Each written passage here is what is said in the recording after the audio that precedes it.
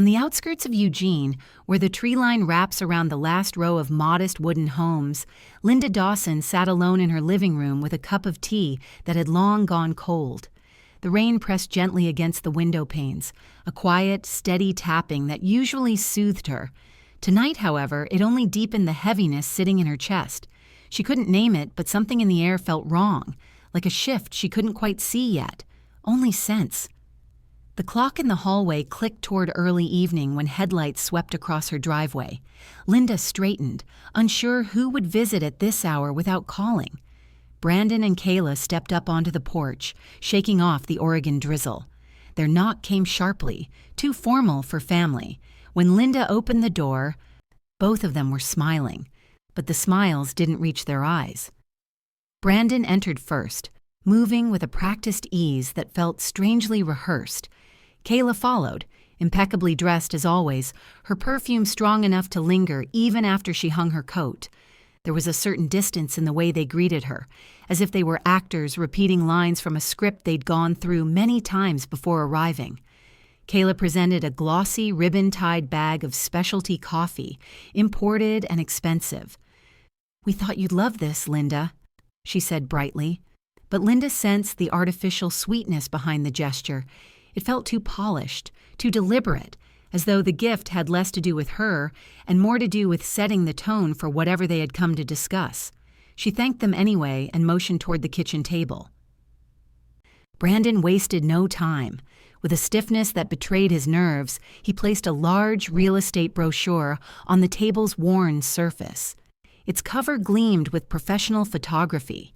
Sunset over the Pacific, a sweeping balcony, tall windows overlooking the shoreline in Newport, Oregon.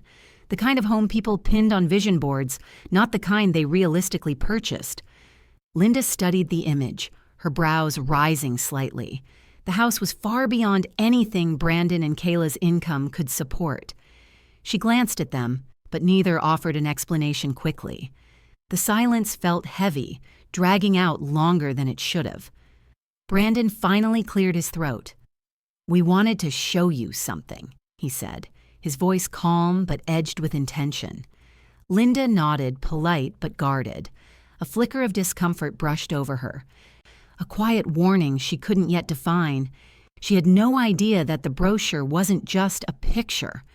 It was the opening move in a conversation that would change everything about how she saw her son, her life, and the fragile piece she had been clinging to.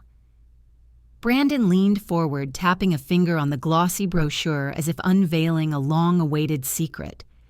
"This," he said with a practiced smile, "is our big dream, a home right on the Newport coast. Can you imagine it, Mom? Waking up to the sound of the ocean every morning?" Kayla's eyes lit up instantly, her enthusiasm spilling into the room with the confidence of someone who had rehearsed the pitch. She started painting the picture with sweeping gestures. Warm evenings on the balcony, hosting friends for wine and seafood, the prestige of living near the water. "It would be everything we've ever wanted," she added, her voice ringing with excitement.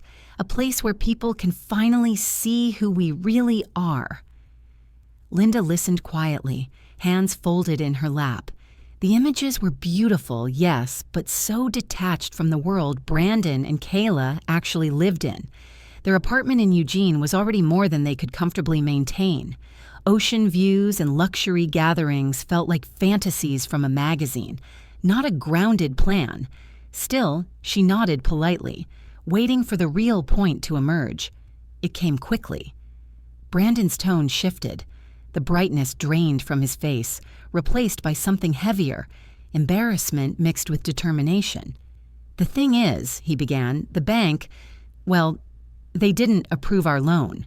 Not because of anything we did wrong," he added quickly, "but because they're being overly cautious right now." He slid a stack of documents from his bag, placing them carefully in front of Linda. "We just need a co-signer, someone stable, someone the bank trusts." His eyes locked onto hers. "Mom, we need you." Linda's breath caught.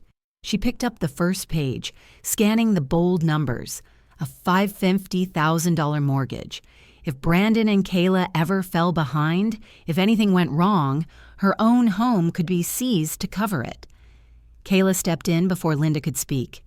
"You're family," she said warmly, almost too warmly, "and family helps each other. This is just a signature, nothing more. It won't affect you at all." The words felt rehearsed, practiced, almost scripted. Brandon leaned closer, lowering his voice as if sharing a painful truth. "We thought you'd be happy for us. We thought you'd want to support our future. You've always said you want us to have a better life." The guilt settled over Linda like a heavy coat. She felt trapped between love and alarm, between instinct and obligation. This wasn't a simple request. It was an expectation, a quiet demand wrapped in smiles and hopeful promises. When they left, Brandon placed the paperwork neatly on her table. "We'll need your decision soon," he said, his tone soft but firm. And then they were gone, leaving the rain, the silence, and the weight of an impossible choice behind them. That night, sleep never found Linda. She moved between the kitchen table, the sofa, and the window, carrying the thick stack of mortgage documents with her as though they weighed as much as the house Brandon wanted to buy. Each line she reread revealed another layer of danger, legal terms about liability, forfeiture, shared responsibility, words she'd never had to face in her quiet, simple life, now pressed on her chest like a tightening band. The rain continued long after midnight, and the dim street lamp outside flickered against the wet pavement. Linda felt a growing sense of dread, something deeper than confusion, something that whispered this wasn't just about a house.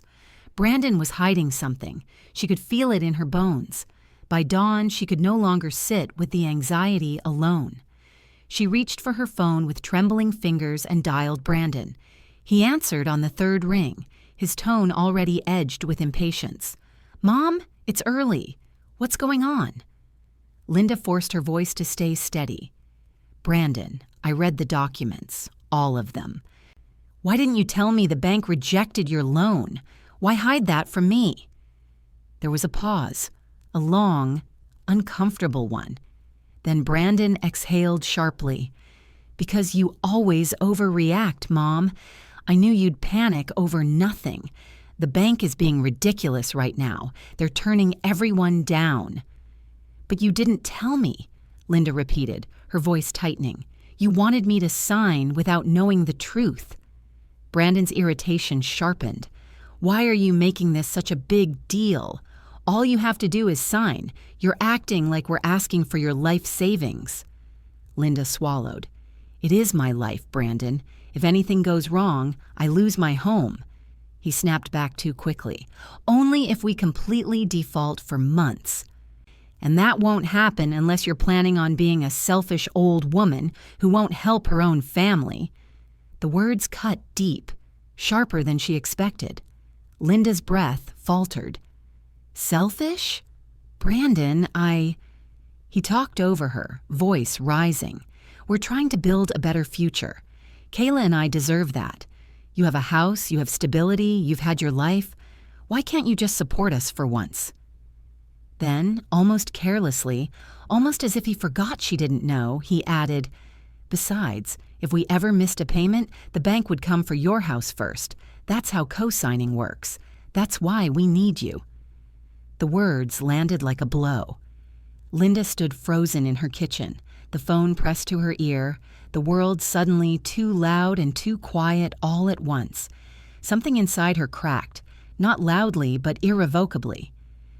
She realized Brandon hadn't merely hidden details. He had hidden an entire truth. And if he could hide this, he could be hiding much more. By late morning, the rain had thinned into a mist hanging low over the neighborhood. Linda stepped out with the mortgage folder clutched to her chest, her steps hesitant but deliberate as she made her way to Rose McAllister's house next door. Rose had lived in that small gray bungalow for as long as Linda could remember. She was sharp-minded, practical, and never afraid to tell the truth, even when it stung. Today, Linda needed exactly that. Rose opened the door before Linda could knock twice, reading the anxiety on her face. "Come in," she said softly. "You look like you've been carrying the world all night." Inside, the living room smelled faintly of cinnamon and old books. Linda handed her the folder without a word. Rose adjusted her glasses, sat down at the dining table, and began flipping through the documents with the focus of someone who had navigated her share of life's storms. It didn't take long. Rose's lips tightened. "Linda," she said, tapping a line on the first page, "this is dangerous." Linda sank into the chair across from her. "I thought so," she whispered, "but I wasn't sure." Rose continued reading, her brows knit tighter with every page. A $550,000 mortgage. As a co-signer, you're not just helping, you're guaranteeing. If Brandon and Kayla miss even a few payments, the bank will come after you first. They'll put a lien on your home. They can take it. Linda felt her stomach twist, the truth settling in heavier than before. Rose closed the folder gently but decisively. "This isn't help, Linda. This is exploitation." The words hit harder because they came from someone who had nothing to gain by saying them. Linda looked down at her hands, noticing how tightly she was gripping the edge of the table. "I keep thinking maybe I'm overreacting. Maybe Brandon just needs a little support." Rose shook her head. "Support is one thing. Risking everything you own is another. Look at how he presented this. Nice coffee bags, smiles, rushed deadlines. This is pressure, not partnership." Linda's throat tightened as fragments of past conversations came back to her. Small moments she had brushed off. Brandon insisting she help with a bill, just this once. Kayla pushing her to cover a shortfall, because family does that. Times when affection had come right after financial favors. Times when she'd said yes simply to keep the peace. She'd always called it love. Now she wasn't so sure. For the first time, Linda allowed herself to consider a possibility she had dreaded for years. Her son might not be leaning on her. He might be using her. 2 days later, while Linda was folding laundry in her quiet living room, her phone buzzed with an unfamiliar number. She hesitated before answering. The voice on the other end was soft, almost uncertain. "Mrs. Dawson, this is Danny Ruiz." Linda felt her breath catch. She hadn't spoken to Brandon's former girlfriend in years, not since their breakup that seemed to happen overnight. Danny cleared her throat. "I know this is unexpected, but I really need to talk to you, in person if possible." An hour later, Linda found herself sitting inside a small vintage cafe near downtown Eugene. The warm light, exposed brick walls, and scent of roasted beans should have been comforting, but Linda felt her nerves coil tightly. Danny arrived looking anxious, wringing her hands before sitting down. "Thank you for meeting me," Danny said quietly. "I didn't know who else to go to." Linda offered a cautious nod. "What is this about?" Danny exhaled shakily and pulled a thin folder from her bag. "It's Brandon and the Newport house." She paused, gathering courage. "He put down a $50,000 non-refundable deposit." Linda stared at her stunned. "50,000? How? He never said—" "He didn't tell Kayla either," Danny interrupted gently. "I only found out because the real estate office accidentally called me. My number was still listed as his secondary contact from when we were together." Danny opened the folder, revealing printed emails, lender notices, and rejected loan applications. She slid them toward Linda. "He's been denied by every major lender in the last 6 months. Outstanding credit card debt, overdue car payments, a prior loan he defaulted on 2 years ago." Danny's voice trembled. "He's drowning in debt, Linda, and he's still pretending everything is fine." Linda felt the room tilt slightly. She read through each document, the reality tightening around her like a vice. Every rejection letter, every overdue balance, every financial red flag Brandon had hidden. "And he still wants the Newport house," Linda whispered. Danny nodded. "He can't afford it. He knows he can't. He's hoping someone else, usually the person closest to him, will save him from the consequences." Linda looked up slowly. Is that why you left? Emotion flickered in Danny's eyes. Sadness, frustration, and something like shame. Yes, he used me. Emotionally, financially. He always needed more attention, more money, more status. And whenever things got tough, he'd find someone to bail him out. She paused. He's never learned to stand on his own. Outside, a bus rumbled past, shaking the cafe windows. Inside, Linda felt her world rearrange itself piece by piece. The puzzle was no longer blurry. It was painfully, unmistakably clear. The next morning, Linda sat in the waiting area of a small law office in downtown Eugene, the folder of documents clutched so tightly in her hands that the edges were bending. The plaque on the wall read, Walter Pierce, attorney at law. He had been an old friend of her late husband, someone she had last seen at the funeral. Back then, she never imagined she would come to him for help like this. When the door to his office opened, Walter stepped out, his hair grayer than she remembered, but his eyes still steady and kind. Linda, he said, genuinely surprised. It's been a long time. Come in. She followed him into his office and sat down across from his desk, her hands still shaking slightly. Walter listened without interrupting as she told him everything. Brandon's visit, the Newport house, the mortgage, the late-night phone call, and the meeting with Danny. With each detail, the weight in the room seemed to grow. When she finally finished, Walter leaned back in his chair, fingers steepled under his chin. Linda, he said carefully, what you're describing is not just pressure. It fits a pattern we see all too often. He paused. This is elder financial abuse. The words felt foreign and harsh. Abuse? She echoed softly. It doesn't always look like violence, he explained. Sometimes it looks like guilt, emotional manipulation, using your love for your child as leverage to get access to your assets. He tapped the folder. This mortgage would put you at extreme risk. If Brandon and Kayla can't make payments, and based on what you've shown me, they can't, the bank will come for your home. You could lose everything. Linda swallowed hard, feeling both exposed and oddly relieved that someone finally named what was happening. Walter leaned forward, his tone firm but compassionate. You need to protect yourself. Immediately. Here's what I want you to do. He listed each step clearly, making her repeat them back. First, change your locks. Today, don't wait. Second, freeze or restrict access to any accounts Brandon could possibly touch.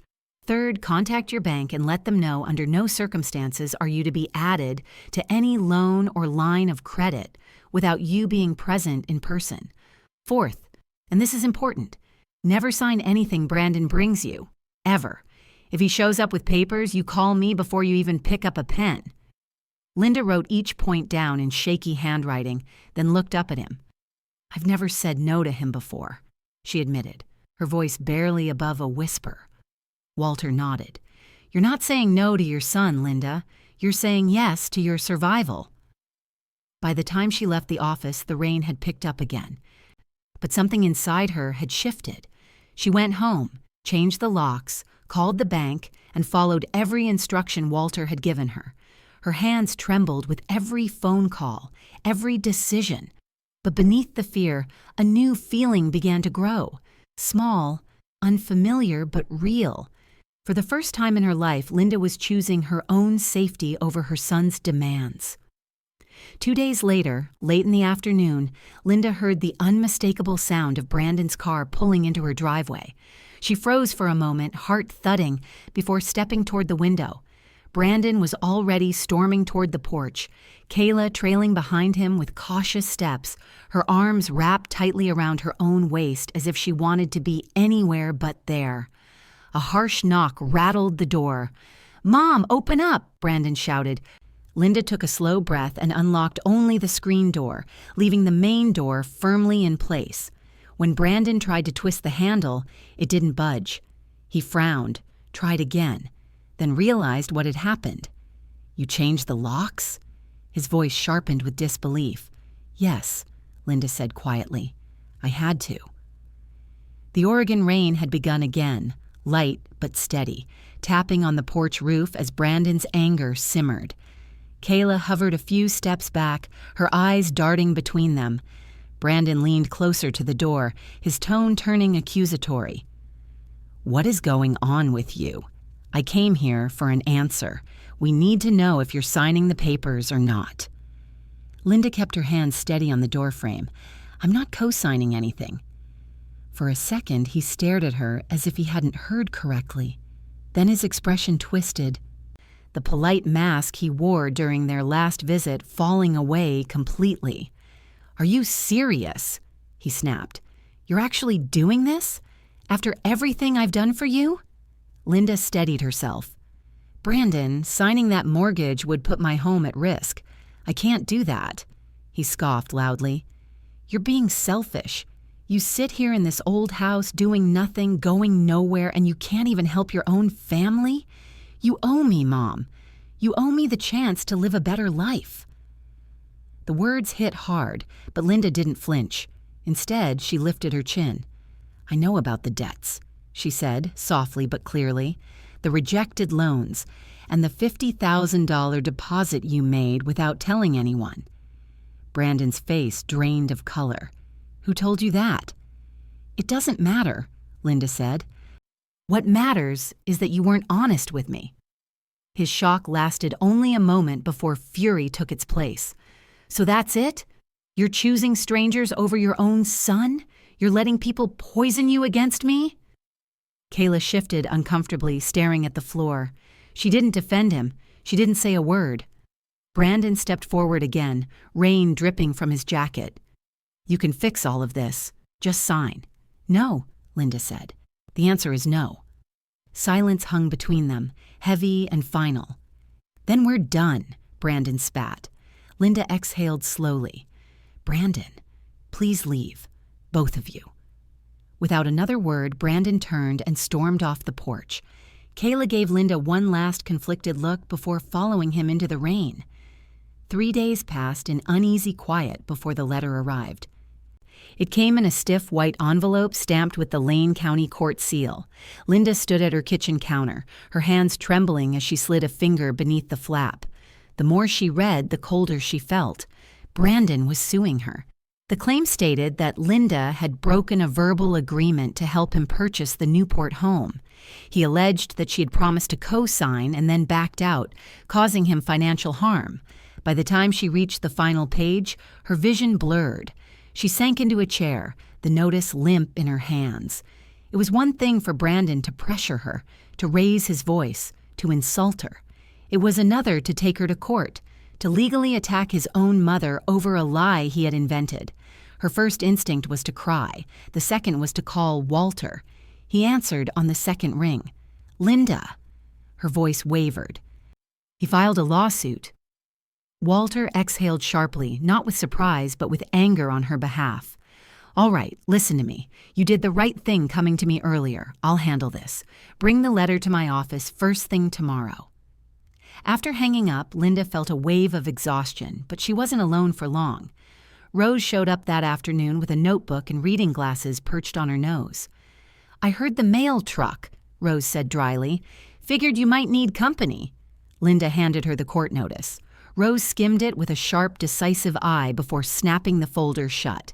Shameful, absolutely shameful. She sat down beside Linda. Well, if he wants to make claims, we'll give your lawyer evidence. Over the next hour, Rose revealed she had been quietly collecting screenshots and posts Brandon and Kayla had shared on social media. Designer clothes, expensive electronics, weekend trips, fancy dinners, spa packages, all purchased within the last year. None of it aligned with a couple supposedly desperate for a home. He wants to look rich, Rose said, tapping a photo of Kayla posing in front of a rented luxury car, even if he has to destroy you to get it. That evening, just as Linda was locking up for the night, there was a timid knock at the door. Kayla stood outside, makeup streaked from tears, her shoulders hunched as though she had shrunk under the weight of her own choices. Linda, please, she whispered. Can I talk to you? Linda hesitated, then stepped aside. Inside, Kayla broke down. "I'm filing for divorce," she confessed between sobs. "His debts. They're worse than I knew. He hid everything from me, too. I'm so sorry. For all of it." Her apology was genuine, fragile, and for Linda, it was the final piece. Brandon wasn't just desperate.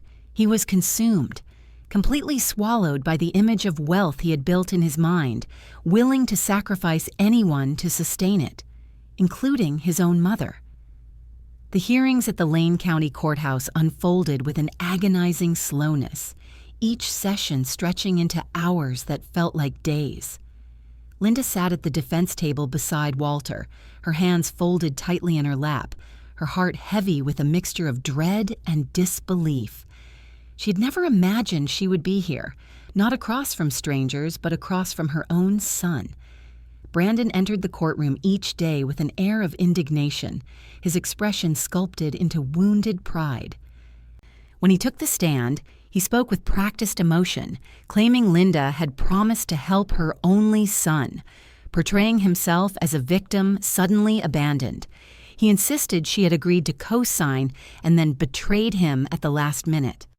Linda kept her gaze lowered. Hearing his voice twist, the truth was like a physical blow. When it was Walter's turn, he approached the bench with the steady confidence of someone who had weathered many storms.